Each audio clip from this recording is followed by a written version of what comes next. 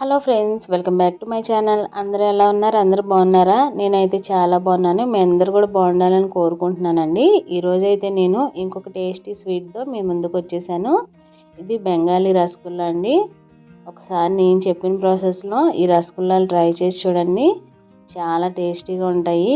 మా పెద్ద బాబుకి అయితే చాలా ఇష్టం అండి. ఎప్పటి నుండో అడుగుతున్నాడు నన్ను చేయమని. నేనైతే ఇలా వాడి వరకు అయితే కొంచెం క్వాంటిటీ అయితే చేసుకున్నాను. ఇలా చాలా ఇష్టంగా తిన్నాడు వాడైతే. చాలా హ్యాపీ కూడా. ఇప్పుడు లేట్ చేయకుండా ప్రాసెస్ అయితే చూసేద్దాం. మరి ఫస్ట్ అయితే నేను ఒక బౌల్ తీసుకొని ఫ్యాట్ మిల్క్ అయితే తీసుకుంటున్నానండి. ఒక 1/2 లీటర్ వరకు. మీరు 1 లీటర్ తీసుకుంటే కనుక మీకు ఒక 20 వరకు రసగుల్లాలు అవుతాయి. నేను హాఫ్ లీటర్ తీసుకుంటున్నాను కాబట్టి నాకు ఒక 10 వరకు అయినాయి అంతే. ఇప్పుడు ఇలా కొంచెం మరిగించుకున్న తర్వాత పాలు ఒక పొంగు వచ్చిన తర్వాత గ్యాస్ ఆఫ్ చేసేసుకోండి. గ్యాస్ ఆఫ్ చేసుకొని ఒక 2 నిమిషాల పాటు కొంచెం కూల్ అవనివ్వండి. మరీ వేడి మీద నిమ్మరసం కానీ వెనిగర్ కానీ వేయకుండా ఇలా కొంచెం సేపు 2 నిమిషాలు చల్లారి పెట్టుకున్న తర్వాత ఇప్పుడు నేను నిమ్మరసాన్ని అయితే యాడ్ చేసుకుంటున్నాను. ఇలా కొంచెంగా యాడ్ చేసుకొని పాలను అయితే ఇలా విరిగించుకుంటున్నానండి. పాలు చూసారు కదా, మనం కొంచెం వేయగానే పాలు అయితే చక్కగా విరిగిపోయినాయి కదా. ఇప్పుడు వాటిని అయితే ఒక క్లాత్ తీసుకొని ఒక బౌల్లో వేసుకొని ఇలా స్ట్రెయిన్ చేసుకుంటున్నాను.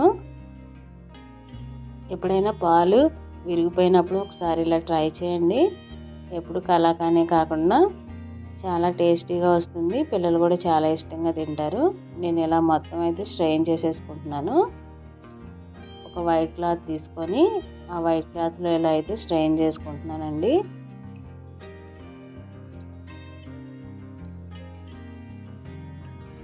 ఇప్పుడు మొత్తం వాటర్ అంతా కూడా స్ట్రెయిన్ అయ్యే వరకు మొత్తం అయితే చక్కగా ఇలా ఫోల్డ్ చేసుకోవాలండి. మొత్తం మనం ఇలా ఇప్పుడు మనం స్ట్రెయిన్ చేసుకున్న వాటర్ ఉన్నాయి కదా, ఆ వాటర్ని అయితే పడేయకుండా ఈ కర్రీలోకి కానీ లేకపోతే కొంచెం షుగర్ వేసుకొని తాగినా కానీ చాలా హెల్దీ అండి. ఆ వాటర్లో ఎన్నో పోషక విలువలు ఉంటాయి. చాలా హెల్దీ అయితే ఆ వాటరు. తర్వాత ఇలా మొత్తం వాటర్ లేకుండా మొత్తం ఇలా స్ట్రెయిన్ చేసేసుకున్నానండి నేను. లేకపోతే మీరు వేడిగా ఉందని పిండుకునేటప్పుడు ఒకవేళ మీకు కష్టంగా అనిపిస్తే ఏదైనా ఒక స్టోన్ బరువు పెట్టండి. వాటర్ అంతా కూడా బయటకు వచ్చేస్తాయి చక్కగా. ఇప్పుడు నేను ఆ పన్నీర్లా ఉంది కదా, ఆ మిశ్రమంలో కొంచెం ఒక 1 స్పూన్ వరకు కార్న్ఫ్లోర్ అయితే వేసుకున్నానండి. అలాగే ఒక 1/2 టీ స్పూన్ వరకు బేకింగ్ పౌడర్ కూడా వేసుకుంటున్నానండి నేను. వేసుకొని మెత్తగా అయిపోయే వరకు ఇలా కలుపుకుంటూ ఉండాలి. మొత్తం అంతా మిశ్రమం అంతా కూడా అక్కడక్కడ మనకి పలుకుల్లా ఉంటుంది కదా పన్నీరు, అలా అస్సలు లేకుండా పేస్ట్లా అయిపోయే వరకు మొత్తం ఇలా స్మాష్ చేసుకోవాలండి. ఈలోగా మనం షుగర్ సిరప్కి అయితే వాటర్ అయితే రెడీ చేసుకుందాం. ఈ షుగర్ సిరప్కి అయితే నేను ఒక 5 గ్లాసెస్ వరకు వాటర్ అయితే వేసుకుంటున్నానండి. నేను ఇప్పుడు షుగర్ అయితే ఒక 2 కప్పుల వరకు వేసుకుంటున్నాను. మీరు షుగర్ తక్కువ తినాలనుకుంటే కనుక 1.5 కప్పు వేసుకోండి, సరిపోతుంది. 1/2 లీటర్ పాలకి 1.5 కప్పుల షుగర్ అయితే సరిపోతుంది. నేను ఒక 5 గ్లాసుల వరకు వాటర్ అయితే వేసుకున్నాను. వేసుకొని కొంచెం ఇలాచీ పౌడర్ కూడా వేసుకుంటున్నానండి. వేసుకొని మొత్తం కూడా మెల్ట్ అయ్యే వరకు కొంచెం సేపు బాయిల్ చేసుకోవాలి. ఇలా రోలింగ్ బాయిల్ అవుతుంది కదా, ఇలా రోలింగ్ బాయిల్ అవుతున్నప్పుడు సిమ్లో పెట్టేసుకోండి. ఈలోగా మనం రసగుల్లా బాల్స్ అయితే ప్రిపేర్ చేసేసుకుందాం. చూసారు కదా, ఇలా మెత్తగా అయ్యే వరకు అయితే చక్కగా మిక్స్ చేసుకోవాలండి. మనం బాల్స్ చేసుకునే ముందు కూడా ఒకసారి బాగా మెత్తగా మిక్స్ చేసుకొని అప్పుడు రౌండ్ బాల్స్ అయితే ఇలా చేసుకోవాలి. ఎక్కడ క్రాకర్స్ లేకుండా బాల్స్ అయితే ప్రిపేర్ చేసుకోవాలండి. చూసారు కదా, ఇలా రౌండ్ బాల్స్ అయితే ప్రిపేర్ చేసుకోవాలి. మీకు కావాలంటే బుల్లెట్స్ లాగా కూడా చేసుకోండి, కానీ నేనైతే రౌండ్ బాల్సే చేసుకుంటున్నాను. ఇలా రౌండ్ బాల్స్ ఇలా చక్కగా చేసుకోవాలి. చేతికి ఏమైనా కొంచెం గీ కావాలంటే గీ అప్లై చేసుకోండి. ఆల్రెడీ మనకి పాన్లోనే కొంచెం గీ కంటెంట్ ఉంటుంది కాబట్టి నేనైతే అప్లై చేసుకోలేదు. ఫస్ట్ టైం చేసేవాళ్ళు అయితే రౌండ్గా ఉండలు రావాలంటే కనుక కొంచెం గీ అప్లై చేసుకొని ఇలా రౌండ్ బాల్స్ అయితే చుట్టుకోండి. నేనైతే 1/2 లీటర్ పాలు తీసుకున్నాను కదా, 1/2 లీటర్కి నాకు ఒక 10 బాల్స్ అయితే అయినాయి. మీరు ఎక్కువ క్వాంటిటీ చేసుకోవాలనుకుంటే లీటర్ తీసుకుంటే 20 బాల్స్ వరకు అయితే నేను ఇలా సిమ్లో పెట్టుకొని 1 బై 1 వేసుకుంటున్నానండి. ఒక్కొక్కటిగా అన్నీ ఒకసారి వేసుకున్నామంటే మనకి షుగర్స్ ఇలా సిరప్ వేడి మొత్తం తగ్గిపోతుంది. అందుకని ఇలా 1 బై 1 అయితే వేసుకోవాలి. 1 బై 1 ఇలా వేసుకుంటూ ఉండాలి, ఒకదానికొకటికి తగలకుండా. సిమ్లోనే పెట్టుకొని వేయించుకోండి. ఫుల్లో పెట్టారంటే వెంటనే అవి మనకి విడివిడిగా అయిపోతాయి. అందుకనే ఒక్కొక్కటిగా వేసుకొని సిమ్లో పెట్టుకోవాలి.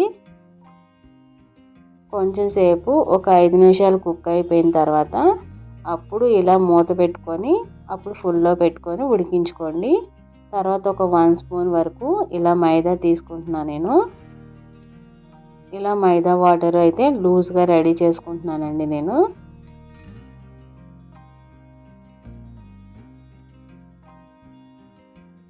చూసారు కదా, మనకి ఒక 10 నుండి 15 నిమిషాల తర్వాత ఇలా బాల్స్ అయితే పెద్దగా అయినాయి. చూసారు కదా, రసగుల్లా బాల్స్ అయితే.